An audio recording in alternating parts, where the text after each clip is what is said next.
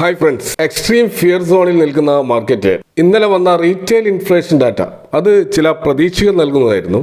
പണപ്പെരുപ്പം അളക്കാൻ ഉപയോഗിക്കുന്ന കൺസ്യൂമർ പ്രൈസ് ഇൻഡെക്സ് അത് നവംബറിൽ 5.48 എന്ന ലെവലിലാണ് ഉണ്ടായിരുന്നത്. ഡിസംബറിൽ അത് 5.22 എന്ന ലെവലിലേക്ക് താഴ്ന്നത് എക്കണോമിക്ക് ആശ്വാസകരമായ ഒരു വാർത്തയാണ്. അപ്പോൾ അത് നമ്മൾ റൂറൽ മേഖലയിലും അർബൻ മേഖലയിലും എങ്ങനെയാണ് അത് വ്യത്യാസപ്പെട്ടിരിക്കുന്നത് നോക്കുകയാണെങ്കിൽ നവംബറിൽ 5.95% ആയിരുന്നു റൂറൽ മേഖലയിൽ ഉണ്ടായിരുന്നത്. അത് ഡിസംബറിൽ 5.76 ആയിട്ട് കുറഞ്ഞിട്ടുണ്ട്. അതുപോലെ അർബൻ മേഖലയിൽ 4.89% ഉണ്ടായിരുന്നത് 4.58% ആയിട്ടും കുറഞ്ഞിട്ടുണ്ട്. അപ്പോൾ ഈ ഒരു റൂറൽ ആൻഡ് അർബൻ മേഖലയിലെ മൊത്തം ആവറേജ് എടുത്തുകൊണ്ടാണ് ഡിസംബറിൽ 5.22 എന്ന CPI ഡാറ്റ നമുക്ക് കാണാൻ കഴിയുന്നത്. ഇപ്പോൾ കഴിഞ്ഞ ഒക്ടോബറിൽ CPI ഇൻഫ്ലേഷൻ ഡാറ്റ 6.21 എന്നുള്ള 15 മന്ത്സിൻ്റെ ഒരു ഹൈ പെർസെൻറ്റേജ് ആയിരുന്നു കാണിച്ചത്. അവിടെ നിന്ന് അത് ഗ്രാജുവലായിട്ട് ഇപ്പോൾ കുറഞ്ഞിട്ട് നമുക്ക് 5.22 എന്നുള്ള ലെവലിലെത്താൻ സാധിച്ചിട്ടുള്ളത്. ഇപ്പോൾ റിസർവ് ബാങ്കിൻ്റെ ഒരു ഗൈഡൻസ് അനുസരിച്ചിട്ട് ഇൻഫ്ലേഷൻ റേറ്റ് 2 to 6% ഇടയിൽ കൊണ്ടുവരണം എന്നുള്ളതാണ് അവരുടെ പ്രഖ്യാപിത ലക്ഷ്യം. ആ ലക്ഷ്യത്തിലേക്ക് അടുക്കുന്നുണ്ട് എന്നുള്ളതാണ് ഈ ഡാറ്റകൾ സൂചിപ്പിക്കുന്നത്. അപ്പോൾ ഇൻഫ്ലേഷൻ വരുതിയിലാകുമ്പോൾ സ്വാഭാവികമായിട്ടും ഇൻട്രസ്റ്റ് റേറ്റ് കട്ടിനെ കുറിച്ച് RBI ആലോചിക്കേണ്ടി വരും. ഇപ്പോൾ കഴിഞ്ഞ ഡിസംബറിൽ നടന്ന മോണിറ്ററി പോളിസി കമ്മിറ്റിയുടെ മീറ്റിങ്ങിൽ റേറ്റ് കട്ട് വേണ്ട എന്നുള്ള തീരുമാനമെടുത്തത് 2-4 വോട്ടുകളോടെയാണ്. ഈ ഒരു കമ്മിറ്റിയിൽ മൊത്തത്തിൽ 6 പേരാണുള്ളത്. RBI ഗവർണറാണ് അതിൻ്റെ ചെയർമാൻ. അന്നത് ശക്തികാന്ത ദാസ് ആയിരുന്നു. ഇപ്പോൾ RBI ഗവർണർ മാറിയിട്ടുണ്ട്. സഞ്ജയ് മൽഹോത്രയാണ് പുതിയ ഗവർണർ. അപ്പോൾ അടുത്ത ഒരു MPC മീറ്റിംഗ് വരാൻ പോകുന്നത് ഫെബ്രുവരിയിലാണ്. ഫെബ്രുവരി 5 to 7 എന്നുള്ള ഡേറ്റുകളിലാണ് അത് നടക്കുക. അപ്പോൾ പുതിയ RBI ഗവർണറായിട്ടുള്ള സഞ്ജയ് മൽഹോത്ര എന്ത് തീരുമാനമെടുക്കുമെന്നുള്ളത് നമുക്ക് ഉറ്റുനോക്കാം. കാരണം ഇൻഫ്ലേഷൻ ഡാറ്റ വരുതിയിലേക്ക് വരുന്നു എന്നുള്ളത് RBI സംബന്ധിച്ചിടത്തോളം വളരെയധികം ആത്മവിശ്വാസം നൽകുന്ന കാര്യമാണ്. അപ്പോൾ റേറ്റ് കട്ടിനെ കുറിച്ച് അവർക്ക് ഗൗരവമായി ചിന്തിക്കാവുന്നതാണ്. അപ്പോൾ അത്തരത്തിൽ റേറ്റ് കട്ട് വരുമ്പോൾ സ്വാഭാവികമായിട്ടും ലിക്വിഡിറ്റി വർദ്ധിക്കുകയും കമ്പനികളുടെ ഏർണിങ്സ് വർദ്ധിക്കാൻ അത് കാരണമാവുകയും ചെയ്യും എന്നുള്ളതാണ് സ്റ്റോക്ക് മാർക്കറ്റിനെ സംബന്ധിച്ചിടത്തോളം അത് നൽകുന്ന പ്രതീക്ഷ. ഈ ഒരു പോസിറ്റീവ് നോട്ടോട് കൂടിയാണ് നമ്മൾ ഇന്നത്തെ മാർക്കറ്റ് വിലയിരുത്തുന്നത്. R4iലേക്ക് എല്ലാവർക്കും ഒരിക്കൽ കൂടി സ്വാഗതം. ഇന്നലെ ഉണ്ടായ ഒരു ഫ്രീ ഫോളിൽ നിന്നും ഒരു ബൗൺസ് ബാക്ക് കാണിച്ചുകൊണ്ട് മാർക്കറ്റിൽ കുറച്ച് പോസിറ്റിവിറ്റി നിറഞ്ഞ ദിവസമായിരുന്നു ഇന്ന്. 23,200 എന്നുള്ള ആ ഒരു ലെവലിലാണ് നിഫ്റ്റി ക്ലോസ് ചെയ്തതെങ്കിലും ആ ഒരു റെസിസ്റ്റൻസ് ലെവല് ഇനിയും ബ്രേക്ക് ചെയ്തിട്ടില്ല. അപ്പോൾ അത് ബ്രേക്ക് ചെയ്താൽ മാത്രമേ ഈ ഒരു ബൗൺസ് ബാക്ക് നിലനിൽക്കുമോ എന്ന് നമുക്ക് പറയാൻ കഴിയുള്ളൂ. അപ്പോൾ ആ 2800 പോകുമോ എന്നുള്ള ആ ഒരു ഭയം ഇപ്പോഴും നിലനിൽക്കുന്നുണ്ട്. കാരണം നമുക്ക് കാണാൻ കഴിയും ഇപ്പോഴും എക്സ്ട്രീം ഫിയർ സോണിലാണ് മാർക്കറ്റ് ഉള്ളത്.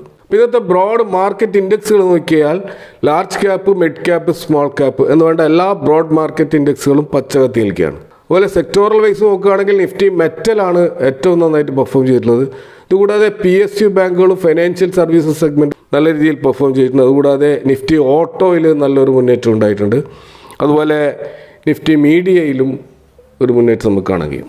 നിഫ്റ്റി 500 മൊത്തം 500 സ്റ്റോക്കുകളിൽ 400ഓളം സ്റ്റോക്കുകൾ പോസിറ്റീവ് ക്ലോസിംഗ് നൽകിയപ്പോൾ 100 സ്റ്റോക്കുകൾ മാത്രമാണ് ഡിക്ലൈൻ ആയത്. അപ്പോൾ ഇവിടെ ഏകദേശം 20% റാലിയോടുകൂടി മുന്നേറിയ അദാനി പവറും മറ്റ് അദാനി ഗ്രൂപ്പ് സ്റ്റോക്കുകളുമാണ് ഇന്നത്തെ മാർക്കറ്റിലെ താരങ്ങൾ.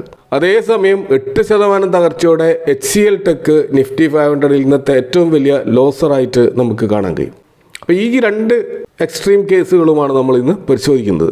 അദാനി സ്റ്റോക്കുകളിൽ ഉണ്ടായ ഈ ഒരു സ്കൈ റോക്കറ്റിംഗ് റാലി അതിന് കാരണമായിട്ട് പറയുന്നത് കഴിഞ്ഞ വർഷാവസാനം നമ്മൾക്കറിയാം പവർ പ്രോജക്റ്റുകൾക്ക് വേണ്ടിയിട്ട് അമേരിക്കയിലെ മാർക്കറ്റിൽ ഫണ്ട് റേസ് ചെയ്യാൻ വേണ്ടിയിട്ട് അദാനി ശ്രമിക്കുകയും എന്നാൽ അദാനി പ്രൊജക്റ്റുകൾ വിൻ ചെയ്യുന്നത് ബ്രൈബറി നടത്തിയിട്ടാണ് എന്നുള്ള ഒരു ആരോപണം വരികയും അത് അമേരിക്കൻ ഇൻവെസ്റ്റേഴ്സിന്റെ ഇടയിൽ വലിയ തോതിൽ ചർച്ചയാവുകയും അദാനിക്കെതിരെ ലീഗൽ കേസുകൾ വരികയും അങ്ങനെ അദാനി സ്റ്റോക്കുകളിൽ ആ വാർത്ത വന്നതോടെ വലിയൊരു ക്രാഷ് സംഭവിച്ചതും നമ്മൾ കണ്ടതാണ്. എന്നാൽ ഇപ്പോൾ ജനുവരി 20 ട്രംപിന്റെ സ്ഥാനാഹരണത്തോടെ ഈ ഒരു കോംപ്ലിക്കേഷനിൽ നിന്ന് അദാനി തലയൂരുമെന്നും ഫണ്ട് റൈസ് ചെയ്യൽ കുറച്ചുകൂടി സുഗമമാകുമെന്നും അത്തരത്തിലുള്ള ഒരു അൺഒഫീഷ്യൽ റിപ്പോർട്ടുകളിൽ മാർക്കറ്റിൽ സ്പ്രെഡ് ചെയ്തതിൻ്റെ കാരണമാണ് ഇന്നത്തെ റാലി ഉണ്ടായത്.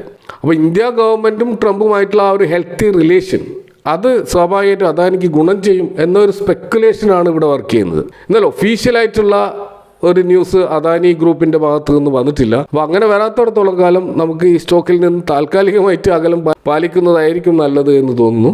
അദാനി ഗ്രൂപ്പിൻ്റെ ഒരു പ്രത്യേകത അതിലേതെങ്കിലും ഒരു പോസിറ്റീവ് ന്യൂസ് വരുമ്പോൾ എല്ലാ സ്റ്റോക്കുകളും മുന്നോട്ട് പോകുന്നതായിട്ട് കാണാം. ഇന്ന് തന്നെ നമുക്ക് കാണാൻ കഴിയും അദാനി പവറിലാണ് ഏറ്റവും വലിയ മുന്നേറ്റം ഉണ്ടായത്. ഏകദേശം 19 3-6% ഒരു മുന്നേറ്റം അവിടെ ഉണ്ട്. അതുപോലെ അദാനി ഗ്രീൻ എനർജിയിലും വമ്പിച്ച മുന്നേറ്റം ഉണ്ടായി. അതുകൂടാതെ അദാനി എനർജി സൊല്യൂഷൻസിൽ നല്ല മുന്നേറ്റം. NDTV, Adani Enterprises, Adani Total Gas, Adani Port, ACC Cement, Ambuja Cement, even Adani വിൽമറിൽ പോലും ഒരു മുന്നേറ്റം ഉണ്ടതായിട്ട് കാണാം. കാരണം Adani Wilmar actually Adani Group exit ആവാൻ കാത്തു നിൽക്കുന്ന ഒരു സ്റ്റോക്കാണ്. പക്ഷെ അദാനിയിൽ ഒരു പോസിറ്റീവ് ന്യൂസ് വരുമ്പോൾ അദാനിയുമായിട്ട് ഡിസ്റ്റന്റ് റിലേറ്റീവ് ആയിട്ടുള്ള അദാനി വിൽമർ പോലും മുന്നോട്ട് പോകുന്നു എന്നുള്ളതാണ് അദാനി സ്റ്റോക്കിൻ്റെ ഒരു പ്രത്യേകതയാണത്. ഏതെങ്കിലും ഒരു സ്റ്റോക്കിൽ ഒരു പോസിറ്റീവ് ന്യൂസ് ഉണ്ടാകുമ്പോൾ അതിൻ്റെ ഒരു ചെയിൻ എഫക്റ്റ് എല്ലാ സ്റ്റോക്കുകളും നമുക്ക് കാണാൻ കഴിയും. അടുത്തായി നമ്മൾ പരിശോധിക്കേണ്ട HCL ടെക്കിനെയാണ്. HCL ടെക്ക് നിഫ്റ്റി 50-ലെ ഒരു മേജർ കൺസിസ്റ്റൻ്റ് ആണ്. ഇന്ത്യയിലെ 3rd ലാർജസ്റ്റ് IT കമ്പനിയാണ്.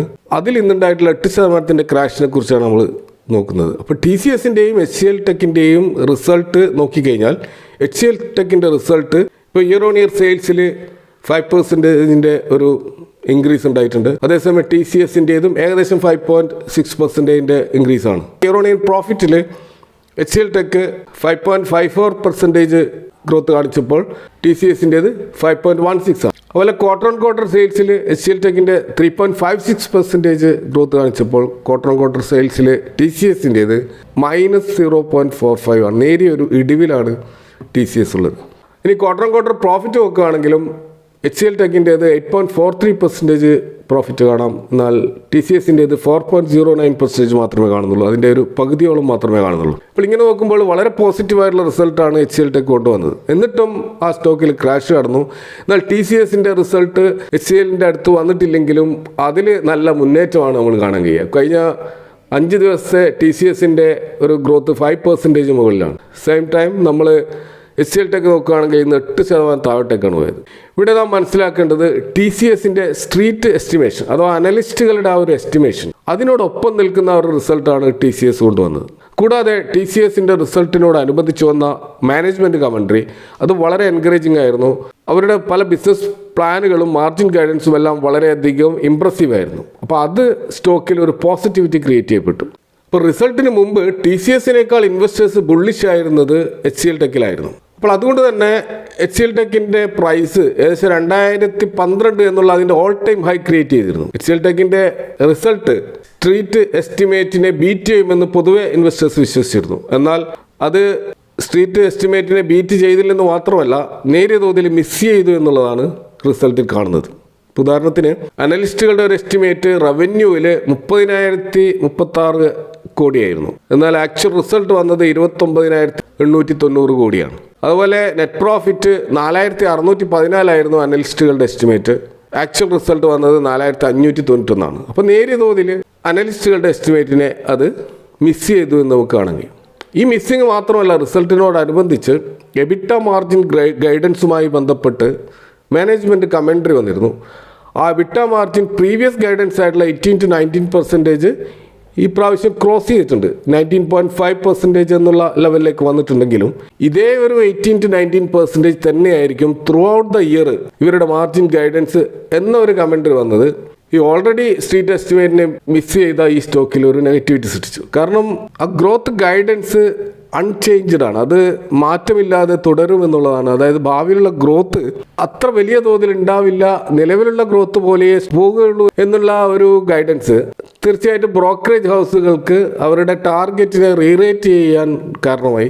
അപ്പോൾ അതും കൂടി വന്നപ്പോൾ ഈ സ്റ്റോക്കിൽ ഇൻവെസ്റ്റേഴ്സ് കുറച്ച് ബെയറിഷ് ആവുകയും അങ്ങനെ 8% ക്രാഷ് സ്റ്റോക്കിൽ ഉണ്ടാവുകയും ചെയ്തു. ഇപ്പോൾ നമുക്ക് പല ബ്രോക്കറേജ് ഹൗസുകളുടെയും ടാർഗറ്റ് നോക്കുകയാണെങ്കിൽ ജഫ്രീസ് HCL ടെക്കിൻ്റെ ടാർഗറ്റ് കൊടുത്തിട്ടുള്ളത് 2060 അവർ ഹോൾഡ് എന്നുള്ള പൊസിഷനാണ് കൊടുത്തിട്ടുള്ളത്, അതായത് ബൈ റേറ്റിംഗ് കൊടുത്തിട്ടില്ല.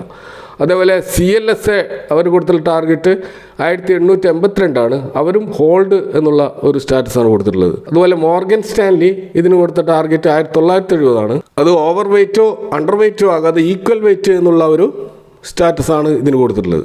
ഇനി ഡൊമസ്റ്റിക് മാർക്കറ്റിലേക്ക് വന്നാൽ കൊഡാക്ക് ഇൻസ്റ്റിറ്റ്യൂഷൻ അവർ 1760 എന്നുള്ള ഒരു ലോ ടാർഗറ്റാണ് കൊടുത്തത്. എന്നാൽ ഇതിൽ നിന്നൊക്കെ വ്യത്യസ്തമായിട്ട് നൊമൂറ എന്ന് പറയുന്ന ഇൻ്റർനാഷണൽ ബ്രോക്കറേജ് ഹൗസ് ഇതിന് 2000 എന്നുള്ള ഒരു ടാർഗറ്റ് വെച്ചുകൊണ്ടുള്ള ഒരു ബൈ റേറ്റിംഗ് ആണ് കൊടുത്തിട്ടുള്ളത്. അവർ ഹോൾഡിംഗ് എന്നുള്ള പൊസിഷനിൽ നിന്നാണ് ബൈ റേറ്റിംഗ് കൊടുത്തിട്ടുള്ളത്. അപ്പോൾ അത് ഈ സ്റ്റോക്കിൽ ഒരു പോസിറ്റീവായിട്ടുള്ള കാര്യമാണ്. അതേപോലെ നിർമ്മൽ ബാങ്ക് എന്ന് പറയുന്ന ഇൻസ്റ്റിറ്റ്യൂഷണൽ ഈക്വിറ്റീസ് അവർ ഇതിന് കൊടുത്ത ടാർഗറ്റ് 2282 എന്നുള്ള ഒരു ഹൈ ടാർഗറ്റാണ്.